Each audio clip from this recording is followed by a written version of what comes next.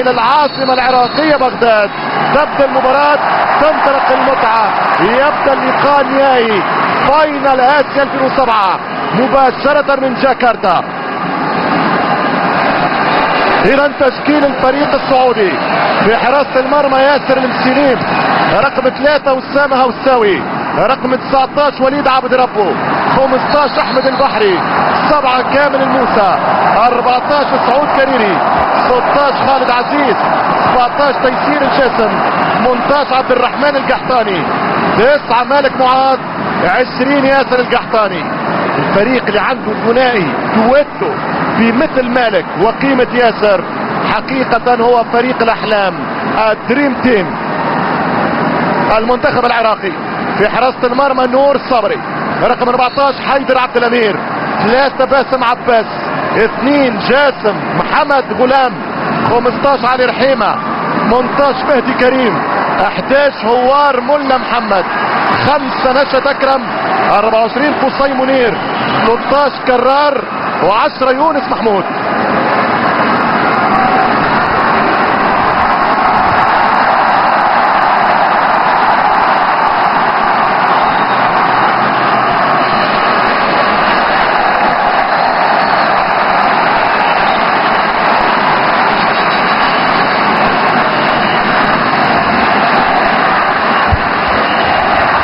إذا تخرج كرة في التماس للفريق العراقي، تمشي من نشأت أكرم، كان يلعب في الشباب السعودي، كان أيضا من ألوان النصر العالمي في الدوري السعودي، بينما فاول على تيسير. مباراة مهمة جدا، بعد 11 سنة يرجع اللقب بهوية عربية، ترجع أقدام الضاد لتكتب هوية بطولة آسيا، بطولة القارة الصفراء.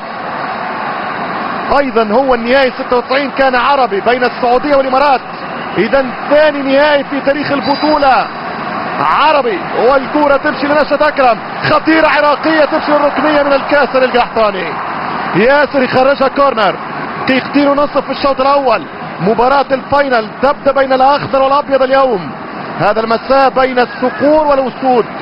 الركنية عراقية، انتباه للخطير قصي منير، يلعب في الدوري المحلي مع نادي إربيل.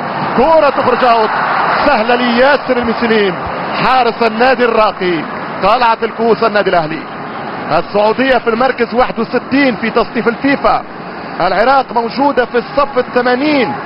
الاتحاد العراقي تأسس عام 48 والانضمام للفيفا كان من عام 50، بينما الكرة السعودية اتحاد الكرة أسس في 56 وانضمام لعضوية الفيفا كان في 59. كرة السعودية وكرة العراق، كرة الآمال والأحلام، والعراق بادي مولع، العراق بادي بروح الملايين، بمناصرة الملايين في هذا اللقاء النهائي. اللقاء الحاسم هو لوليد عبد ربه. الحكم يقول خطأ سعودي، فاول على العراقي مهدي كريم لاعب نادي أبولون في الاحتراف القبرصي. الخطأ صحيح وموجود.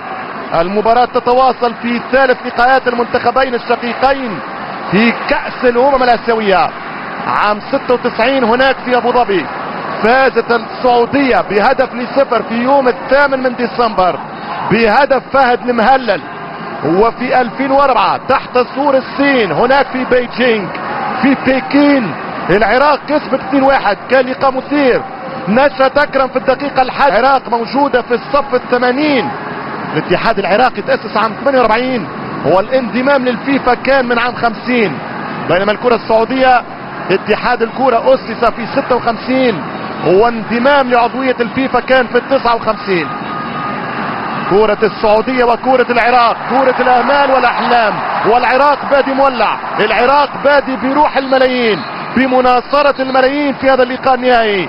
اللقاء الحاسم هو لوليد عبد ربه. الحكم يقول خطأ سعودي، فاول على العراقي مهدي كريم لاعب نادي أبولون في الاحتراف القبرصي. الخطأ صحيح وموجود. المباراة تتواصل في ثالث لقاءات المنتخبين الشقيقين في كأس الأمم الآسيوية عام 96 هناك في أبو ظبي. فازت السعودية بهدف ل0 في يوم 8 ديسمبر بهدف فهد المهلل. وفي 2004 تحت سور الصين هناك في بيجينغ في بكين العراق كسبت 2-1، كان لقاء مثير. نشأت أكرم في الدقيقة 51 1-0.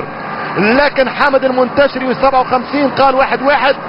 وفي الدقيقة 87 في الوقت القاتل الجوليادور البيتشيتشي الرهيب يونس محمود اكتبها عراقية 2-1.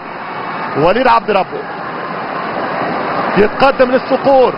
المنتخب السعودي في النهائي السادس له تجربة وخبرة المواعيد الكبرى، النهائيات الكبرى في اسيا، سابع حضور في الاسياد، سادس نهائي للصقور، دليل على انه الزعيم الحقيقي للكرة الاسيوية.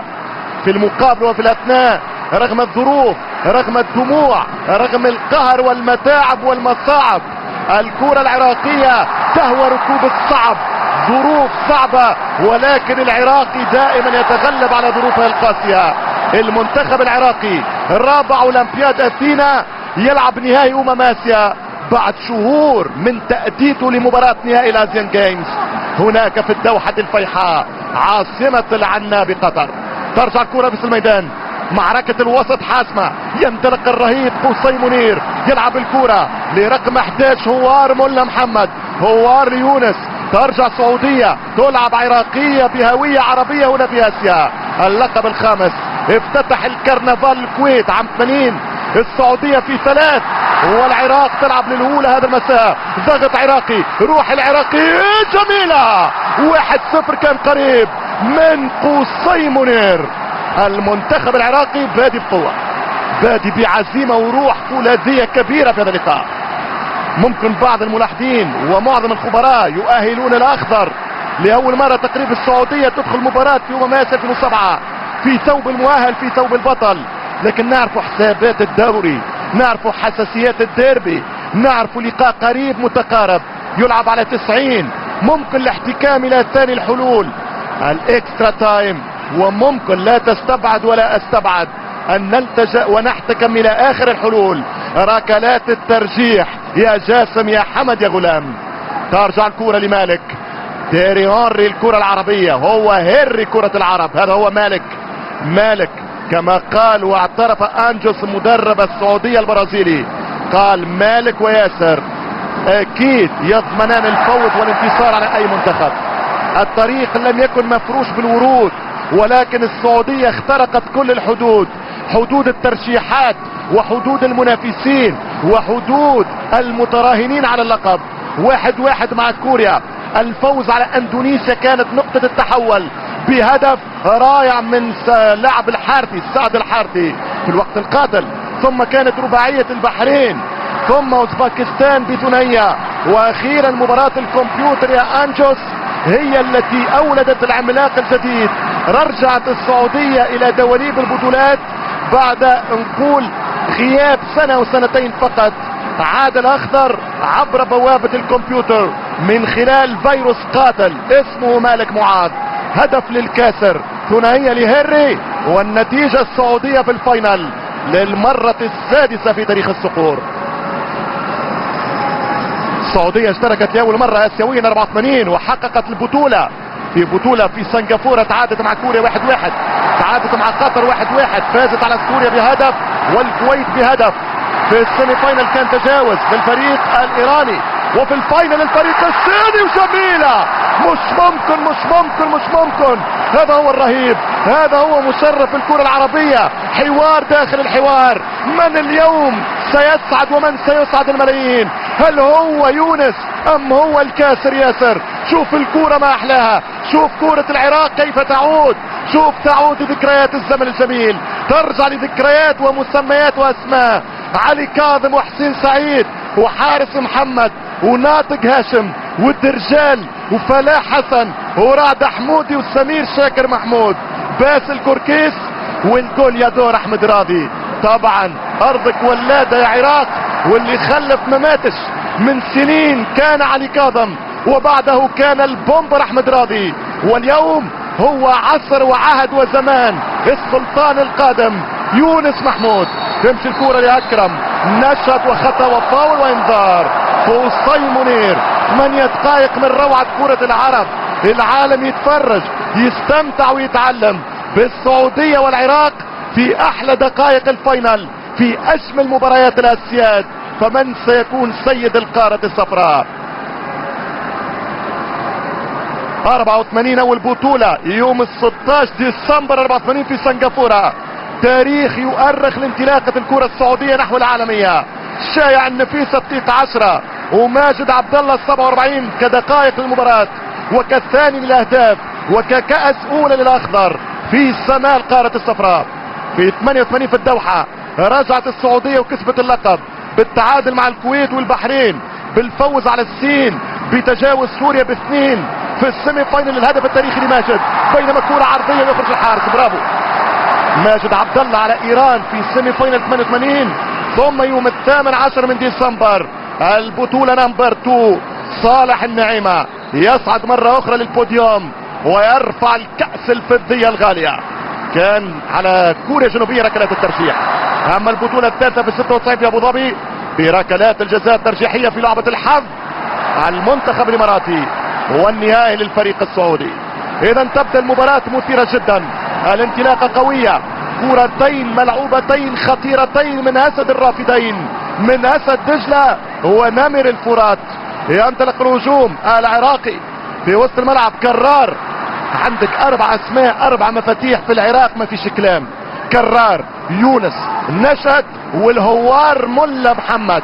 بينما في الفريق السعودي عندك ثنائي ب4 و5، ياسر من جانب ومالك في جانب. الجوانب للمباراة سنتبعها، الكواليس عنها سنتحدث فيها، الهوامش سنخوض فيها، لكن كيف ستكون؟ لمن ستؤول؟ من سيفرح؟ من سيسعد؟ من سيعيد الكأس الى بلاده؟ من ستخرج ملايين من انصاره ومواطنيه؟ الليلة اين ستكون الفرحة؟ من سينام مطلع الفجر؟ من سيهلل اللقب الغالي؟ انت يا بغداد ام انت ايتها الرياض؟ اذا كورة في فاول خطأ للفريق العراقي عن طريق نشأت. نشأت يجيب الكورة لمنتخب العراق في نهائي اسيوي اول، اللقب الوحيد القاري لاسود الرافدين 82 في نيودلهي يوم 3 من ديسمبر. 1-0 على الكويت في الفاينل هناك في نيودلهي الهندية. الذهب للالعاب اليوم الغاية الكأس الاسياد. ينطلق الهجوم، الكنترول، يونس رهيب. مش ممكن يونس، مش ممكن يا محمود، مش ممكن يونس محمود نجم البطولة ممكن يكون الاول. منافسة شرسة مع مالك وياسر للقب البيست بلاير لاسيا هذا العام، لكن لمن ستكون مباراة الفاينل لها دخل. من سيتألق اليوم سيفوز باللقب الغالي، ولكن اغلى الالقاب تبقى الاميرة الاسيوية، اميرة الشرق من جانب واميرة الغرب في جانب. لم تكن البطولة صفراء يا انجوس، ولكن ها هي يعيدها سمار اللون الخليجي والعربي لخزائن الكرة العربية. تمشي كرة طويلة، تيسير يتابع، البحر يراقب، واللقاء عنوانه تكتيكي، لقاء عنوانه مهارة وامتاع، مؤانسة واقناع، روعة وابداع بين الصقر القادم من الجزيرة وبين الاسد المستأسد هناك في بغداد. 13 دقيقة لعب في الشوط الاول. لقاء يجمع اقوى هجوم منتخب العراق وفريق السعودية، اقوى هجوم اقوى دفاع. الفريق العراقي قبل كان هدفين والفريق السعودي سجل 12. اقوى هجوم ام اقوى دفاع؟ والهجوم العراقي الرهيب يضغط، يتألق في الهجوم، تنطلق الكرة ودي على كرار، يرجع الكونتر اتاك، ينطلق تيسير مش ممكن يمر، يرجع قصي منير، قصي بارومتر خط الوسط، ينطلق الهجوم من مولا هوار، هوار محمد في خطأ لا، مارك شيل بيقول العب، الكرة ستلعب، ضاعت على كرار. كرار اللي يلعب في الوكرة القطري ان شاء الله في الموسم القادم. ياسر المسليم بذكريات عبد الله ومحمد الدعيع، ذكريات الكبار. كيف كان الطريق للفاينل الى نهاية جاكرتا؟ البداية لم تسر ولم تسر ولا عدو ولا حبيب. الكنا كنا خايفين، الكنا منتكسين، كنا متخاذلين متشائمين، ولكن سبحانه مغير الاحوال. واكيد كلمة لها مكان ولها مجال في هذا الاوان، وهي كلمة العبرة بالخواتيم. بداها الشرق الاسيوي بقوة، بدأت بمفاجأة الفيتنام، بانتصارات اندونيسيا، باللا توقع للاداء التايلاندي، ولكن عبرتها في الختام، مسك الختام وكادر الاختتام كان بين نور صبري من جانب وياسر المسليم في جانب. نعم الكرة العربية بدأت مرتعدة هنا في سماء آسيا، ولكن انهتها بالأحلام والوعود. ينطلق القحطاني، خطيرة، والحارس يتصدى نور صبري للركنية الأولى من جانب الصقور. ترجع الكرة للفريق العراقي في وسط الميدان، صراع على كل كرة، ممتازة المباراة، الجرينتا والروح، الإصرار والتحدي، تحدي للظروف للفريق العراقي وتأكيد للموروث للكرة السعودية. ينطلق الهجوم في خطأ، نعم، عملية إعاقة، اوبستريكسيون وانذار ثاني في المباراة. الأول كان ضد العراق والثاني سعودي على سعود كاريري. العراق تجاوزت مجموعة تايلاندا كليدر الجروب 1-1 مع تايلاند، هدف يونس محمود، ثم ازاحة الغرور الاسترالي ب3 3-1 عن طريق نشأة كرار والهوار ملا محمد، ثم كان التعادل السلبي الضامن للصدارة مع عمان، ثم الكوارتر فاينل نظام النوك اوت، خروج المغلوب، باي باي الفيتنام في هانوي 2-0 من الجوليادور يونس. وفي السيمي فاينل التألق امام المنتخب الكوري بركلات الترجيح. ينطلق الهجوم السعودي في كورة ملعوبة طويلة، الفريق العراقي ما زال ضاغط، الفريق العراقي والفريق السعودي في لقاء الأشقاء، في لقاء البطولة الآسيوية بهوية العرب، نتيجته بيضاء 0-0. 18 مباراة سابقة في سجل وأرشيفات الكرة العراقية والسعودية. أول مباراة كبرى احتضنها استاد الدوحة في قطر يوم 29 من مارس 76 في أحداث بطولة الخليج، ويومها فازت العراق بسباعية 7-0 ومنها هاتريك لعلي كاظم. أول انتصار سعودي في كأس الخليج كان في 30 من مارس 86 في المنامة في البحرين 2-1 للصقور. بينما في مجموع المباريات 4 انتصارات عراقية، فوزين للأخضر السعودي وتعادل وحيد، هي حصيلة ومحصلة لقاء العريقين والكبيرين في دورات كأس الخليج. آخر لقاء كان في 2007 في أبو ظبي من شهور، وفازت السعودية بهدف، وكان السبب في إخراج وإحراج العراق من كأس الخليج في النسخة 18. نرجع للمباراة ونرجع مع يونس يلعب كورة ممتازة المراوغة، لكن امتياز الدفاع، الكورة اوت، ضربة تماس لمنتخب اسد الرافدين، وهو النيك نايم او كنية منتخب العراق. تمشي الكرة للهجوم العراقي، ملعوبة سهلة عند الحارس المتألق في هذه البطولة ياسر المسلي. إذا تحدثت عن المشوار الخليجي للمنتخبين فأني الآن سأخوض في المواجهات بالاستحقاقات الآسيوية للطرفين. 76 لعبوا في التصفيات، فازت العراق 2-1 وتعادلوا 1-1. البطولة والتصفيات كانت في بغداد في استاد الشعب الشهير في بغداد، ثم كانت المواجهة في 96 في كأس آسيا هناك في أبو ظبي، فازت السعودية بهدف فهد المهلل، وفي 2004 في الصين فازت العراق 2-1 بهدف قاتل في الدقيقة 87 من يونس محمود. هذا هو المدرب أنجوس الذي نجح في الرهان، ونقول عمل توليفة كبيرة لم يقتنع بها جانب من الإعلاميين، انتقدها البعض من الخبراء والفنيين، ولكن هذا المدرب أثبت كفاءته وخلق جيل جديد باعتبار معدل أعمار السعوديين 22-23 سنة. كرة أوت، ضربة مرمى لنور الصبري الحارس المحترف في الدوري الإيراني، بعد ما كانت الكرة من هذا اللاعب النجم القادم بقوة، رهن عليهم أنجوس ونجحوا. عبد الرحمن القحطاني ومعاه أيضا أحمد الموسى، أسماء وأسماء، الأجيال تتلاحق، الأسماء تتبدل، لكن دائما منتخب السعودية أو الناشونال تيم يبقى فريق بطولات. 3 مرات بطل الخليج، 2 مرات بطل العرب، 3 مرات زعامة آسيا، 4 مرات تواجد في المونديال. في كلمة، هو منتخب البطولات، هو الكرة العراقية، وحسين سعيد هو الامبراطور، 126 مباراة دولية و63 هدف. ولو انه يونس بما يبذله من مجهود وبما هو قادم من سنوات وجاي من بطولات ممكن يكون الامبراطور القادم لارض دجلة والفرات. ترجع الكرة سعودية، تلعب من احمد البحري، المنتخب السعودي عنده كرة ممتازة من سعود في خطأ، نعم، مارك شيدي صفر فاول على باسم عباس اللي يلعب في الدوري اللبناني ضمن صفوف والوان نادي النجمة، احد اعرق الاندية اللبنانية مع شقيق الانصار. هذا فاول وخطأ صريح وواضح على باسم عباس. اذا كرة سعودية، ينطلق تيسير نجم النادي الاهلي والنجم السعودي القادم بقوة في دورة هذا العام. على فكرة هداف البطولة هو ياسر 4 اهداف، يليه يونس محمود 3. اذا هو صراع الهدافين ايضا من اجل اعادة سيناريو اليابان، من اجل تكرار هدفه في اندونيسيا، من اجل التأكيد على سمعته كجوليادور وهداف.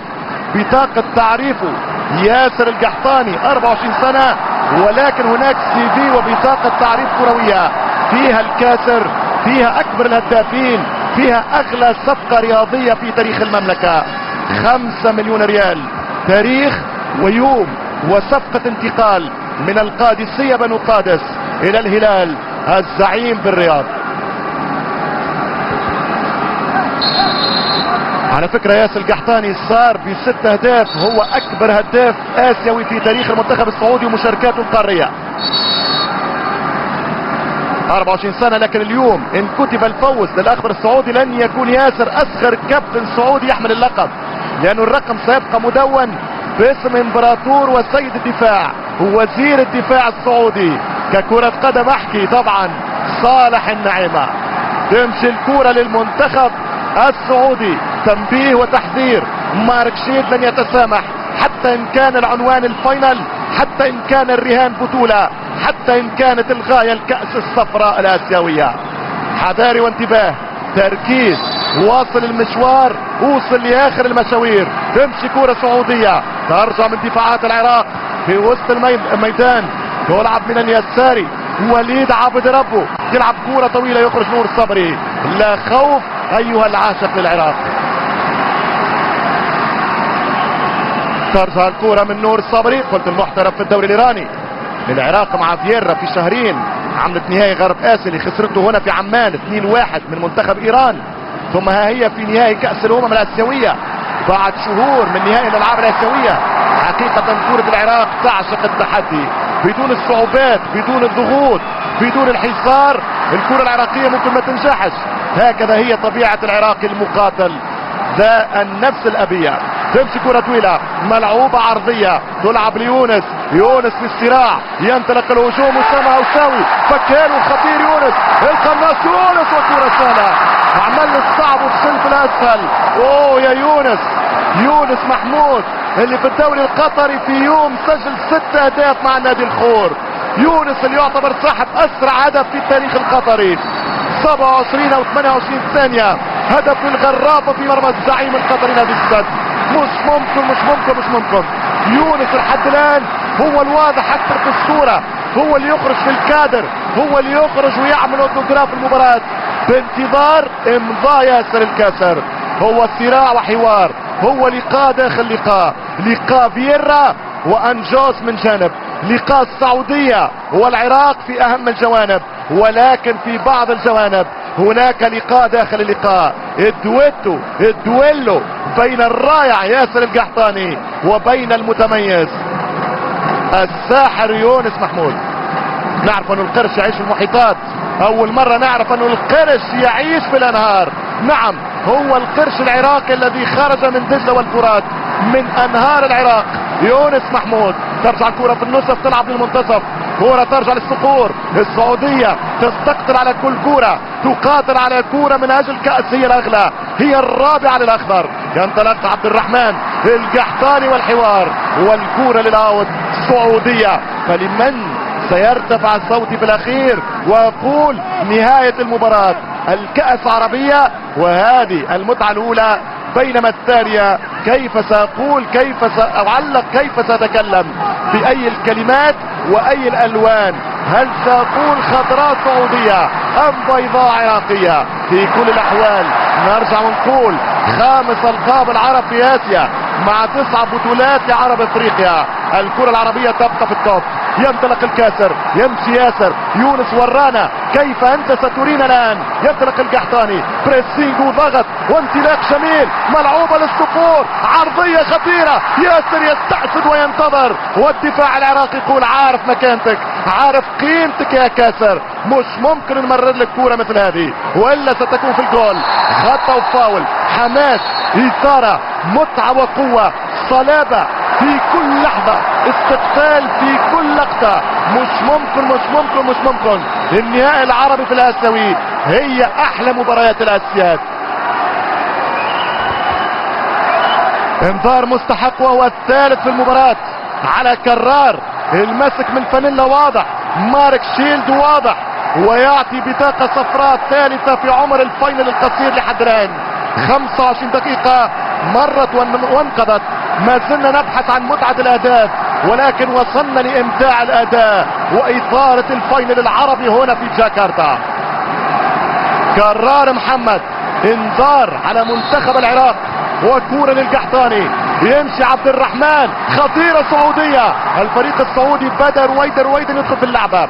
نفس السيناريو مع اوزباكستان، نفس المجال ونفس الكادر مع النيبال اليابان. منتخب ياسر، منتخب السعودية يبدأ رويدا ويمشي دائما في الرتم الاعلى في النسق التصاعدي. البداية عراقية لكن اخر الدقائق كانت سعودية. المباراة متوازنة والنتيجة هي العدل، ولكن عدالة الكرة وارقام وقوانين الفوتبول يقول اليوم لابد لان يكون لآسيا بطل، لابد لآسيا ان تزف عريسها. المليار والنصف فقط في الصين، نصف ممكن قارات العالم كسكان هنا في اسيا سيعيشون ويتوجون، يزفون العريس الكروي هذه الليلة من جاكرتا. خرج الكرة جاسم حمد غلام، يلعب في نادي الوحدات في الدوري الاردني، بطل الدوري هنا في الاردن، بينما زميله حيدر عبد الامير رقم 14 الظهير الايسر للفريق العراقي يلعب في النادي الفيصلي وصيف بطل العرب. تمشي كرة وترجع من الدفاع العراقي وسط الميدان. هي ام المعارك في هذا اللقاء النهائي والفاينل. الفينال النهائي والفاينل لمن سيكون؟ تمشي كرة قصي يلعب الكرة ممتازة. هوار يجيب الكرة، تمشي مرة ثالثة لباسم عباس، تضيع، تعود، تبقى الكرة حائرة. تمشي كرة في الملعب عن طريق القحطاني، ينطلق عبد الرحمن، يمشي القحطاني للمنتخب السعودي. القحطاني والسعودية تتحرك، السعودية تتحرك وتتكلم الآن من الأطراف. ينطلق اليساري عبد الرحمن، يشوف الكرة مالك مضغوط عليه. طبعا العراق وفييرا قاري حساباته، يعرف قيمة مالك ويعرف امكانيات ياسر. والكرة سعودية تضيع لتعود عراقية وتبقى عن طريق اللاعب هوار ملا محمد. اهو التماس، برافو يا خالد يا عزيز. ،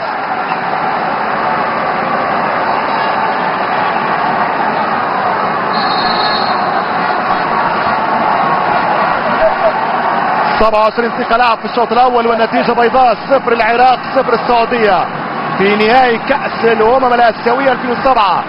تنظيم رباعي، اندونيسيا الاختتام، بانكوك في تايلاند الافتتاح. افتتحتها العراق ضد تايلاند واختتمتها العراق ضد السعودية. فكيف سيكون الختام ومشهد الاختتام يا كرار؟ سجل هدف في مرمى استراليا الكانجورو. بعض الملاحظين اشروا وتوقعوا ان المشوار السعودي كان اصعب في النهايات، ويقول ايضا المنتخب العراقي لعب مباريات صعبة. وكرة خطيرة من كرار، جميلة، كرار ورائعة جدا، وجدت الاروع، جميلة من كرار. المهارة العراقية مش ممكن على طريقة الكبار، بطريقة راقص التانجو او محبي السامبا. شوف الوحدة، شوف اثنين، شوف يتعدى ثلاثة. خد عزيز خاف البنالتي، يسدد كورة وياسر السليم، خطيرة وصعبة للعراقيين، مرت بالسلام على اهل المملكة. مش ممكن الكورة، مش ممكن الفرصة، هي الاقرب، هي الاخطر للفريق العراقي في نهائي جاكرتا. ترجع عراقية، يلعب على القائم الثاني، صعب، برافو الدفاع، برافو الدفاع السعودي للاوت للمنتخب العراقي. مباراة صعبة جدا ما غير شك، كل التخمينات جاهزة، كل الاحتمالات قائمة لمن ستكون الفرصة السانحة والمكانة المانحة لزعامة آسيا هذا المساء. ينطلق العراق في كورة للإطلاق، تلعب للانطلاق. اين يونس؟ الدفاع برافو برافو يا الصعود. كرير يستبسل. ترجع عراقية. المهارة، الفن، الرقة، الدقة، الشطارة العراقية. والكونتر اتاك السعودي. رب عبد الرحمن، رب القحطاني يلعبها. مالك ينتظر. ياسر الكاسر. ممكن يا عبد الرحمن. سلسلة من المراوغات. يقول ما فيش حد احسن من حد. انا ايضا يا عراقي عندي المهارة، ولكن ضاعت بتدخل الدفاع العراقي. مباراة مثيرة جدا. مباراة الفاينل رائعة لحد الان. مباراة هي الاروع في اسيا 2007 في سماء كرة قارة الصفر، قارة الاسيوية. اذا كرة كانت صعبة جدا. ارقام قياسية من مباراة السعودية والعراق. نتمنى ونذكر بالارشيف 56 البطل كان كوري، 60 اللقب كان لكوريا، 64 نمر عليها مرور الكرام. نرجع ل 68 72 76 بدأت سطوة نمور طهران. النووي الإيراني تكلم في 3 دورات. 80 كانت أخيرا عربيا. ابتسمت للخليج من خلال الكويت في لقاء تاريخي في سبتمبر 80 في الكويت سيتي ب3-0. الأزرق دك حصون الشمشون الكوري. 84 سعودية، 88 حافظت عليها السعودية، 92 في هيروشيما اليابان فازت بهدف على الأخضر. في 96 السعودية قالت ما في زعيم إلا الصقور. في 2000 اليابان تكلمت بإجادة الكمبيوتر. في 2004 تكلمت النيبون بروعة التكنولوجيا. ولكن 2007 رجعت الكرة لوصولها، رجعت لتقاليدها، لموروثها وأعرافها. رجعت عربية، خليجية، عراقية، سعودية. ترجع الكرة للوسط. تمشي المباراة الأحلى في سماء آسيا. في الفاينل كنا خايفين اللقاء ممكن مغلق، اللقاء مقفول، الفريقين يهاجموا، الفريقين يجاسفوا، اللعب مفتوح، انفتاح على الكرة الرائعة والاروع. مالك يلمس كرة، يلعب تيري هيري الكرة العربية، ولكن الدفاع يتصدى، يتدخل والعراق للاوت عن طريق علي رحيمة. يلعب في الدوري القطري ايضا في نادي الوكرة. معظم اللاعبين العراقيين منضمين تحت الوان وغطاء ولواء اندية قطر، الوكرة وايضا الخور والغرافة وباقي الاسماء الرنانة في كرة قطرية سيطر عليها هذا العام بالطول والعرض الزعيم السداوي. نرجع لتيسير الجاسم، يضيع كرة تيسير وسط الميدان، متفوق فيه نسبيا في الحوارات الثنائية. الديال الفريق العراقي، ولذلك مباراة هي مباراة الوسط، هي ام المعارك في وسط الميدان. من ياخذ وسط الميدان ستكون له الاغلبية والافضلية في صنع اللعب، واللعب يعني اهداف. تمشي كرة عراقية خطيرة من يونس، يلعب الكنترول، هرب يونس، لا برافو الدفاع السعودي. كان تمام الاخطر في الكرة العراقية الكبرى العراقية كرار، لكن هو يونس محمود، ومرت بسلام من اسود الدفاع السعودي بقيادة وليد عبد ربه واسامة الهوساوي. العراق ماسك الكرة اكثر وتلعب على التمريرات القصيرة. الفريق السعودي ينتظر فرصة الانطلاق والاطلاق لمرتدة قاتلة نموذجية. القحطاني ما يمرش، الفريق العراقي ياخذ كرة يربح وقبل على الكرة. منتخب العراق ينطلق الهجوم، تبقى للابيض، تبقى بحوزة اسود الرافدين. العراق عنده هجوم من كرار، يلعب الكرة لقصي منير، قصي عم مراوغة، قصي ينطلق، قصي يقدر وانتو خطيرة جدا. برافو الدفاع موجود، تمركز جيد وانتشار اروع. لاعبين السعوديين واقفين في اماكنهم في هذا اللقاء الصعب جدا، لقاء الفاينل. العراق 0 السعودية 0. نتيجة التعادل هي الاعدل وهي الاقرب حاليا في سكور المباراة، بالرغم من ان المنتخب العراقي ماسك الكرة اكثر بين ظفرين. اذا تمشي كرة سهلة ملعوبة للفريق العراقي من جاسم حمد غلام. انخاص او انجوس يفكر في النهاية الصعب، كل الطرق تؤدي الى اللقب، تؤدي الى زعامة اسيا. فريق العراق يلعب بحماس اول فاينل في تاريخه، بينما منتخب السعودية عنده تجربة الفاينل، عنده خبرة هذه المواعيد، متعود على هذه البطولات. ينطلق الكرة من هوار يلعب لنشهد، نشط لم نراه كثيرا في هذا اللقاء. يمشي تيسير، يلعب الجاسم لسعود، السعود التيسير، السيناريو اليسير ام هو اللقاء الصعب؟ حتما هو الصعب. ينطلق مالك يمشي الوليد، او الكورة من كامل موسى الظهير الايسر، وليد عبد ربه يسار النادي الاهلي يلعب في محور الدفاع في اللاكس مع اللاعب اسامه هوساوي. هي تركيبة الدفاع للمدرب انجوس. ورا من ياسر في خطأ وفي فاول، خطأ للمنتخب السعودي. الدقيقة 34 زمن المباراة للشطر الاول. ما زال الاخضر يبحث عن عنوان، وما زال الابيض يحرص على نغمة. 34 دقيقة لعب في زمن الشوط الاول من نهائي قد يمر ل4 اشواط، قد يمر لاخر الحلول. اللقاء الفاصل في ركلات الفصل، اللوترية، لعبة الحظ هنا في جاكرتا.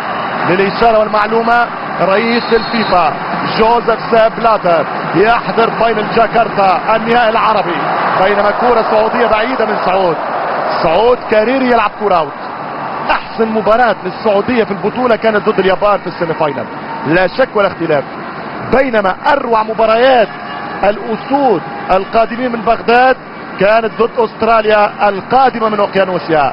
بالثلاث انهى الفريق العراقي الغرور الاسترالي الذي قيل وحكي ويقال انهم كانوا متأكدين من الفاينل، بل كانوا يعتبروا مجرد الوصول للفضة فشل. فكانت الدروس المستفادة في كرة القدم، الكرة تعطي لمن يعطيها، الجهد والعرق هو السبيل الاوحد للنجاح، هو العنوان الفريد للبطولة الغالية. امتلاك الكرة بوسيشن اكثر كرة للفريق السعودي. ناشد اكرم لكن الامور متقاربة تقريب 50-50. يلعب على الكرات الثابتة، الحوار بين وليد عبد ربه ويونس محمود. الله يعين وليد عبد ربه من جانب، والله يعين ايضا باسم عباس وجاسم في جانب مع ياسر ومالك. وهذه الكرة واللقطة الاخيرة مارك شيل كيف سيقرر؟ كنت انظر لورقة الاسماء فلم ارى كيف تعاملت الاسماء في هذه اللقطة. اترك المجال لمارك شيل واترك الفرصة للمخرج ان يعيد لنا اللقطة الصورة لنحكم، ولكن اخر الاحكام تبقى للصافرة الاسترالية لمارك شيل. هذه الكرة المشتركة بدون كرة بين وليد عبد ربه السعودي ويونس محمود العراقي. نتمنى ان تتواصل المباراة في روعة الاداء وفي قيمة الاخلاق الرياضية، الفير بلاي. السعودية كسبت منتخب للمستقبل 2010. لا اشك لحظة انه هذا المنتخب سيكون موجود ومتواجد ان شاء الله في سماء جنوب افريقيا في المونديال للمرة الخامسة على التوالي. اما العراق غدا يوما اخر، وان غدا لناظره لقريب، ونتمنى كل الخير للشعب العراقي والكرة العراقية. اما اليوم فهي كلمة السر، بطولة توحد الشعب، بطولة تسعد الملايين، بطولة تخرج من هموم السنين. هذه اللقطة الاخيرة ممكن نزود لها شوية يونس، لم تكن في هذه الحدة من وليد عبد ربه. على كل الامكانيات جائزة، وكل الاغاني ممكنة، وكل الفرص متاحة، وكل الطرق تؤدي الى روما. بينما الكارت الاصفر الرابع في المباراة كان ضد يونس على ما يبدو، او لوليد على ما يبدو. في الاخير لا يبدو ولا تبدو، الامور واضحة الان. الكارت الاصفر على وليد عبد ربه، وليد الجحدلي المعروف بعبد ربه. اذا انذار سعودي، الرابع في انذارات وكروت المباراة الصفراء. وارجو ان لا اقول مصطلح العادة بعد ان تصفر قد تحمر، لذلك لنبقى في الصفار في قارة الصفر، في بطولة السمر. سيطر عليها العرب، تألقت فيها العراق، وابدعت فيها السعودية. يونس محمود انذار مزدوج مشترك، الحسبة صارت 5 انذارات في شوط اول.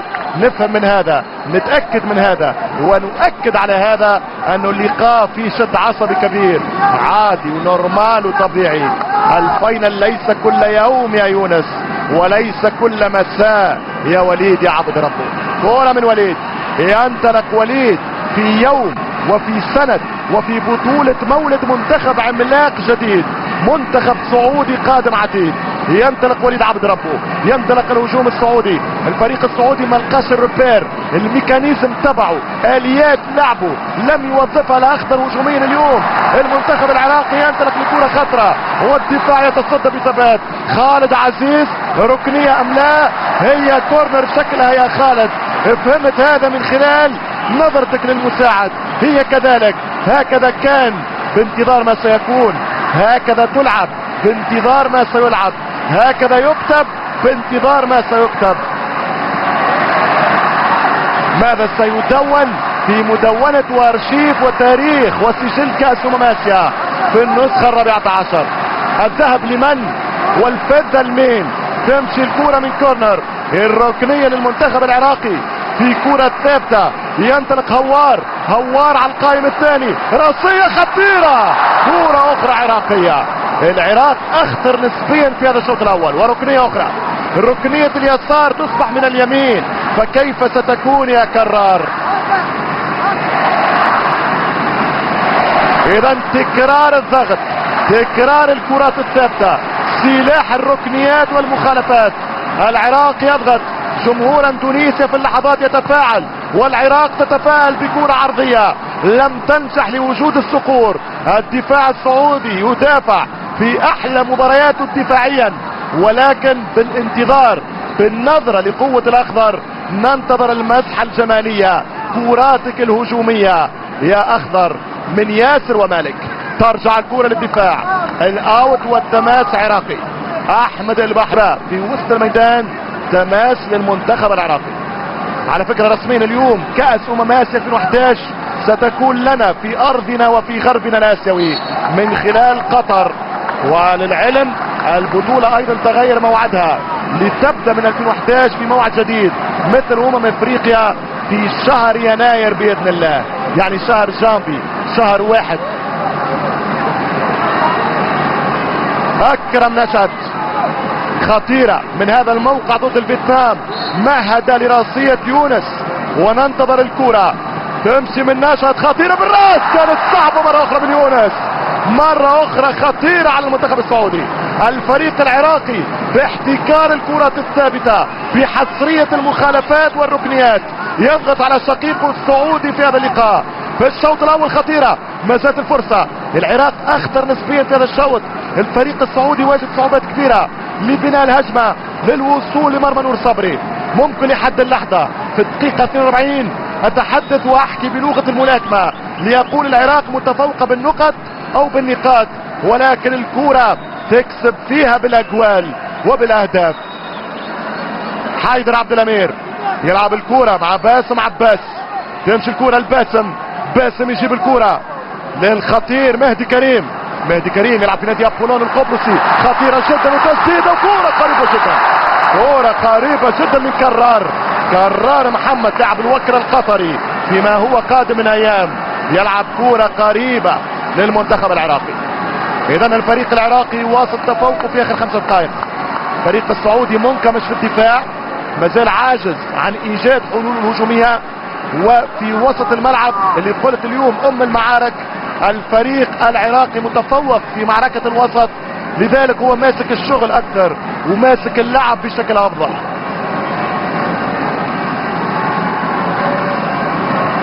ترجع الكرة عراقية، روح كبيرة يلعب فيها المنتخب العراقي. حسين منير في وسط الملعب، ترجع الكرة وتبقى للأسود في كرة طويلة بعيدة ملعوبة لدفاعات الصقور، تمشي وتضرب الكرة من الأخضر، كرة مقطوعة. شوفوا التمريرتين، السعودي في مشاكل كبيرة والفريق العراقي يحاول يستفيد، ولكن كامل الموسى يضغط الفريق العراقي، بريسينج، صعوبات للأخضر يخرج منها الحارس بالسلام. ياسر المسلم، ياسر الكرة ضايعة. شفتوا الوسط، كرات تهدى من الفريق السعودي لشقيقه العراقي، مغير تعب الكرة يستعيدها منتخب العراق. كرة أخرى ترجع عراقية، متفوق في الحوارات الثنائية الواحد ضد واحد فريق العراق. شوف الضغط، شوف البريسينج، تخرج السعودية، امكانية كونتر اتاك، مالك برافو، يجيب الكرة لعبد الرحمن القحطاني، يلعب كرة ياسر لمالك، مالك يحاول يمر، مالك يلعب كرة تمشي سهلة للحارس نور الصبري. كانت كرة من هري الكرة العربية من تيري، مالك معاذ مالك معاذ او ياسر قحطاني للامانه مكانهم محفوظ في الفرق الاوروبيه كاحتراف. واستمعنا للكواليس السعوديه انه سمو الامير نواف بن فيصل نائب رئيس الاتحاد السعودي لكرة القدم اكيد بتزكيه ايضا من سمو الامير سلطان يعني رئيس الاتحاد العربي والسعودي لكرة القدم في اشاره انه في مفاجاه ساره ومفاجاه كبرى للاعبين السعوديين.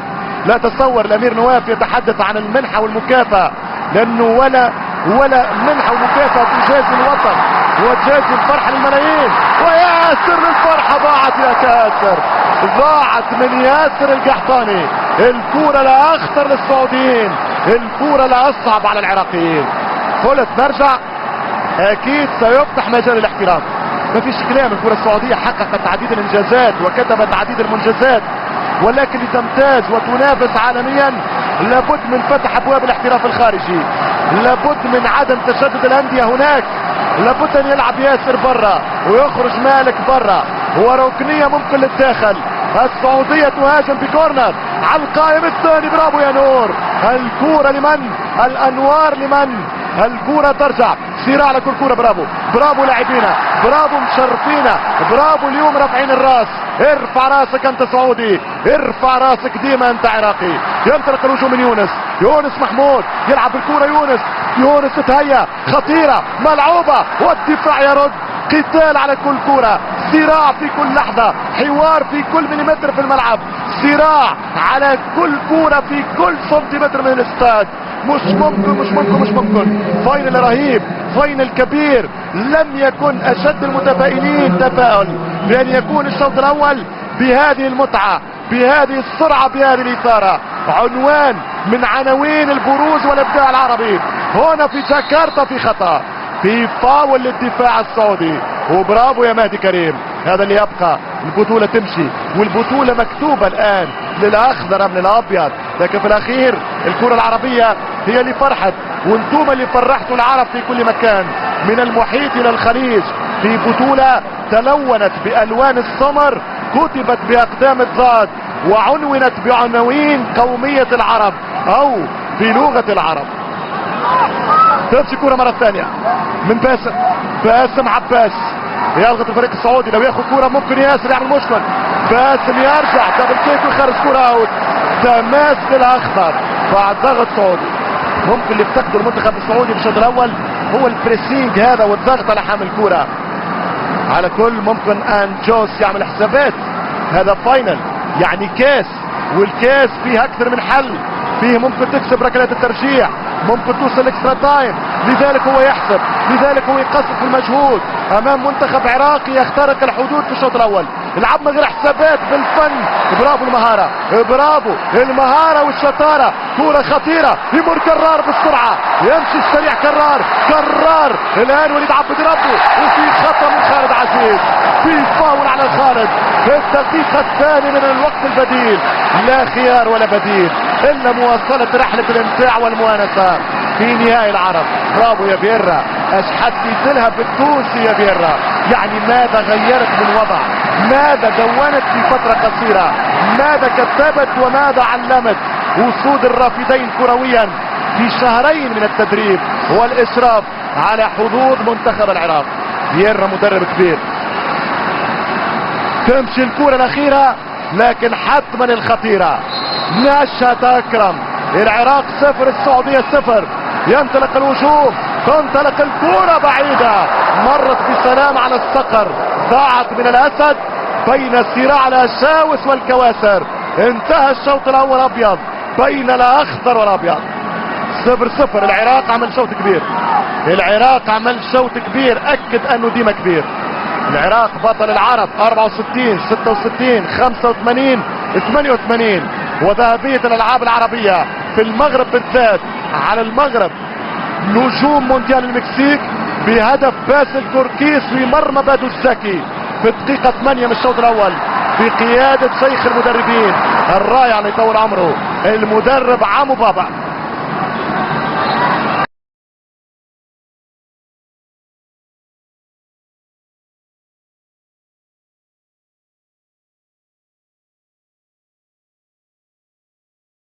في الشوط الثاني بمستوى الشوط الاول اسوأ مما الفترة الاولى. ولذلك اعتقد السعودية الان ممكن تتحرر من ضغط الفاينل. مسؤولية امام الجماهير والمناصرين للعودة باللقب الرابع كزعيم اسيا، ولذلك نتصور ان المنتخب السعودي سيلعب الشوط الثاني بامكانيات اخرى بمعطيات اخرى. المنتخب العراقي يبدأ الهجوم. التشكيل في لحظات. المنتخب العراقي نور الصبري، حيدر عبد الامير، باسم عباس، جاسم محمد غلام، علي رحيم، مهدي كريم، هوار، ملا محمد، ناشئة اكرم، حصي منير، كرار محمد ويونس محمود. بالنسبة للمنتخب السعودي في حراسة المرمى ياسر المسيلين، أسامة هوساوي، وليد عبد ربه، احمد البحري، كامل الموسى، احمد الموسى، سعود كريري، خالد عزيز، تيسير الجسم، مالك وياسر. الثنائي الاقوى في مهاجمي اسيا هذا العام من غير شك ولا اختلاف.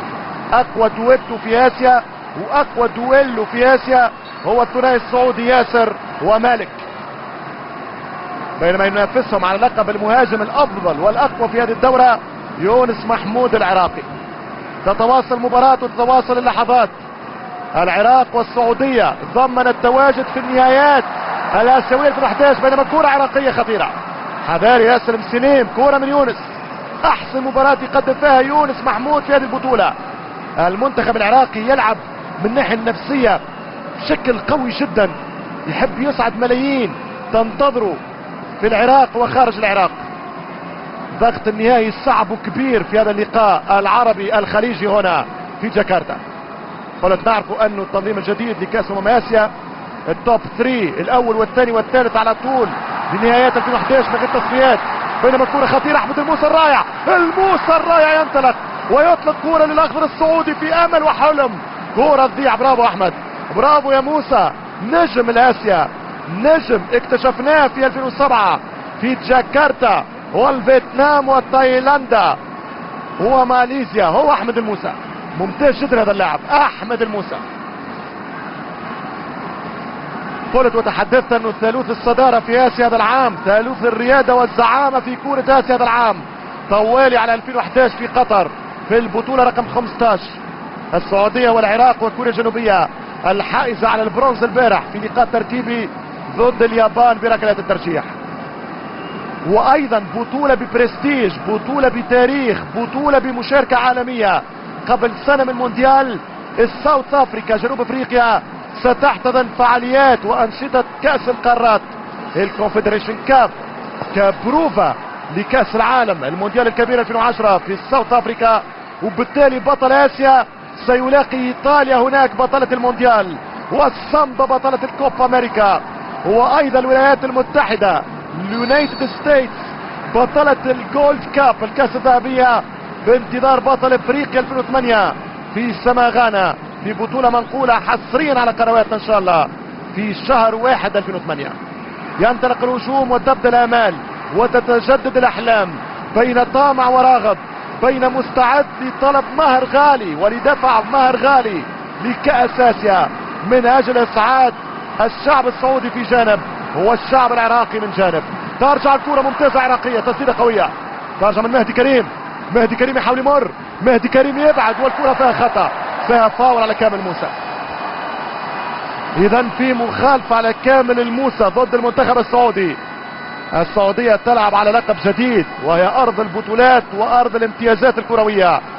انجازات بين اقليمي كاس الخليج 3 مرات، عربي كأس العرب مرتين وهي حاملة اخر الدورات في 2002 في الكويت على البحرين 2-1 بجولدن جول للنجم محمد نور. ثم هي زعامة اسيا 3 مرات وهي بطلة الالعاب الاسلامية في الدورة المنظمة في السعودية 2005 في مكة المكرمة. بينما تمشي كرة عراقية من كرة ثابتة، كرة خطيرة، مهدي كريم لا يمشي التنفيذ، خطيرة، كرة ملعوبة من هوار ملا محمد. هوار كاد يباغت الحارس لكن ياسر المسلم يتألق، يتصدى ويتعملق ويتجمل في لقطة الخروج لمنع الدخول العراقي للعرين الاخضر. اذا تبقى النتيجة بيضاء 0-0. مباراة في 5 دقائق، ممكن الان الخوف والحذر يكبر مرور الوقت بتقدمنا في دقائق الشوط، وبالتالي الحرص سيكون اكبر، الخوف والحيطة والهاجس افضل او اكثر، وبالتالي ايضا اقتراب من الاكسترا تايم تكون فرضيته اكبر. هذه حسابات، هذه عناوين ممكن من استحياء الكرة من وحي النهائيات، ولكن لكل لقاء ظروفه، لكل فاينل حساباته واعتباراته، والعبرة بالخواتيم. تمشي كرة في الاوت للمنتخب السعودي اللي كان متفوق في ارقام الشوط الاول، الا في الرقم الاهم والرقم الاعلى والاحلى، رقم الاهداف. 5-2 في الكورنر، الامتلاك الكرة 52% وجميلة ملعوبة مرة اخرى من قصي منير. قصي منير يسدد. المنتخب العراقي بادئ بقوة في هذا الشوط. مرة اخرى تبقى الكرة والافضلية بحوزة اسود الرافدين. قصي منير يسدد كرة بعيدة، اوت ضربة مرمى لياسر المسيلي. كما قال كابتن ماجد عبد الله المنتخب السعودي متراجع برشا على غير العادة للخلف. طبعا هي حسابات مدربين، في الاخير يقول لك يضحك من يضحك اخيرا، من يكون بطل. وبالتالي كل مدرب يوظف امكانيات فريقه حسب ايضا امكانيات المنافس وحسب ظروف اللقاء وحسب معطيات الماتش. بينما كرة ممتازة من مالك، ترجع الكرة من الموسى، كامل الموسى في خط التيسير، تلعب الكرة لخالد عزيز لسعود كريري. سعود كريري يمشي المنتخب السعودي. مالك شوف وسط الميدان والهجوم بعاد على بعض برشا. ترجع كرة في وسط الملعب، كرة للمنتخب العراقي من باسم، الدفاع يتصدى والكرة اوت. تماس هنا اندونيسيا وهذه جاكرتا. هذه ار تي سبورت 3 وهذا فاينل عربي في كأس اسيا على راديو تلفزيون العرب ART. الهداف التاريخي والقياسي للدورات الاسيوية هو طبعا النجم الايراني علي داي، سجل 15 هدف في 16 مباراة اسيوية خاضها مع منتخب ايران. بينما اسرع الاهداف كان في مباريات اسيا 96 واكبر نتيجة في 2000 8-0 اليابان على اوزباكستان. واول حكم لكاس اسيا كان بريطاني انجليزي تشاربت في دورة هونغ كونغ 56. بينما اول هدف كان للاعب تشونغ من هونغ كونغ من اكثر من 50 سنة. واول بطل كان كوريا الجنوبية، واول بطل عربي كان الكويت، واول فوز سعودي 84، واول نهاية عراق 2007. مسلسل الاوليات، مسلسل البدايات والانطلاقات في تاريخ كأس اسيا. وطبعا كأس الامم الاسيوية في الجينيس بوك تبعها في الارقام القياسية هي ارقام عربية وسعودية. السعودية في التوب 2 6 مرات اليوم، يعني 6 مرات تلعب في النهائي، رقم قياسي ولا فريق اعلى من السعودية في هذا المجال. ايضا في تصنيف الالقاب السعودية تتوازى وتتعادل وتتوازن مع ايران واليابان ب3 كؤوس. واليوم الفرصة متاحة يا سعود للقب الرابع لزعامة اسيا بصفة فردية انفرادية سعودية. السعودية الفريق الوحيد اللي يشترك في اول دورة وفاز باللقب، اذا استثنينا طبعا البداية في 56 للمنتخب الكوري. اترك الارقام نرجع مع الاسماء مع نقل لكورة ناشئة تكرم خطيرة وركنية. الركنية المنتخب العراقي ياسر القحطاني يدافع. ان كان ياسر في اكثر من موقع دفاعي نفهم الصعوبات اللي يلقاها المنتخب السعودي في هذا اللقاء النهائي. الكرة تمشي كورنر، ضربة زاوية للمنتخب العراقي. تمشي كرة من ناشئة اكرم على القائم الاول، صعبة جدا، كانت رهيبة خطيرة قريبة، كانت خطيرة جدا يا حيدر عبد الامير. حيدر وكرار كانوا ممكن يخطفوا هدف اسيا، هدف البطولة. تحت انظار على اليمين جوزيف سيبلات رئيس الفيفا، وعلى اليسار الرجل القوي في كواليس الكرة الاسيوية رجل الاتحاد الاسيوي الاول السيد محمد بن همام، نائب رئيس الاتحاد الدولي. ممكن يقال في كواليس الفيفا انه سيكون الرئيس المرتقب والقادم ان شاء الله للاتحاد الدولي.